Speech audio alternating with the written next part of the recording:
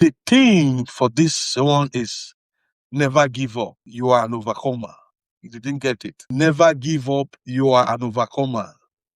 They came. How they came, they were already devastated, destroyed, and their shame is on them. My Father Yahweh, this is your son's body, Jesus. This is his blood. In obedience, no give up, no turning back. Let everybody that connect their faith to this ministry, let their life be a U-turn. It's all about the finished work of Jesus. In the name of the Father, in the name of the Son, in the name of the Holy Ghost, eat and drink in Jesus' name. Amen. Amen.